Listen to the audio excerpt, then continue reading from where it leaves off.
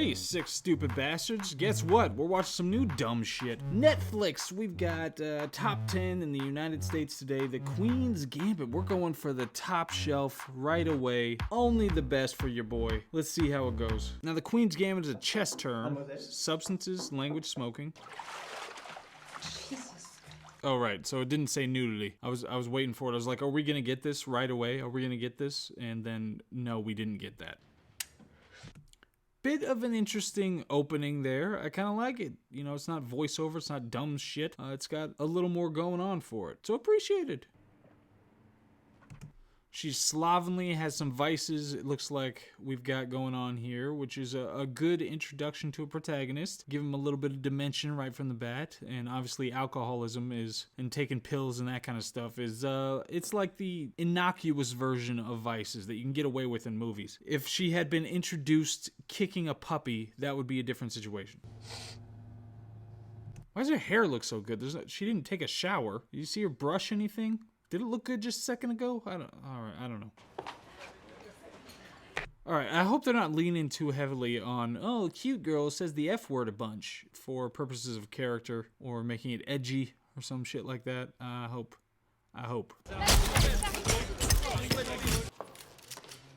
Little concern we're racing right into, oh my gosh, the protagonist is so important, center of the universe, but we'll see.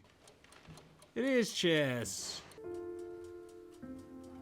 Good transitions so far. They've had several good transitions. Now, the concern here is that they're going to go really hard on the rah-rah yes queen kind of thing, but it seems like the series runners, the showrunners here, have a little bit more of a grasp on storytelling so far than that kind of nonsense. So, who knows?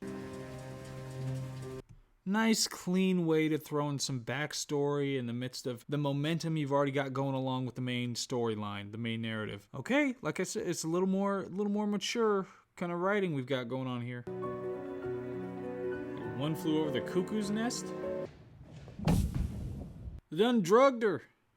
So they're adding a whole bunch of different stuff going on here. You know, they're explaining the pills that you see, that you already saw. They've got her at this precipice where she's about to play this game, and yet we're getting a good backstory, but it rubber bands the narrative momentum because we're still waiting to get back to the front story. So there's good stuff. It's a terrible haircut. Oh my god, she's such a prodigy. It only took me a half a second to figure that out. Okay, so obviously this is one of those tropes. The protagonist is so inexplicably genius relative to everybody else. But you have to give it some space. You have to give it a little bit of space when it comes to making your protagonist special. It's just how much they do with that. And the more that they can establish that the protagonist worked for it, the much better. So, yeah. I know that kind of obsession. I had the same thing with Tetris Attack. Did you guys play that shit? Tetris Attack. I saw it everywhere. I used to see it in people's faces when I'd be talking to them. I'd see the little blocks flipping around trying to make combos. What's that game called? Alright, so we're getting the introduction to the obsession, but we've been in the midst of this. I'm sure this is, this is the whole episode, and it's going to be bookended by the front narrative, but it feels like we're spending a lot of time in this area. One big concern about this kind of a show is that they're not going to be technically proficient in the thing that the character's obsessed about. So they just dramatize it and be like, oh, and they won and they did that. But they don't actually go into the details or the particulars of the game. So somebody who knows a little something about it, it's just going to be dumb. It's just going to... And it could be anything that they're obsessed about or really good at or whatever. Like you'd have the same thing, but it's Mario Maker or something like that, and it wouldn't make any difference. So we'll see. We'll see if they actually go into the intricacies of the game of chess or not. Girls do not play chess. You sexist! Oh. He's going for mate here. Game over.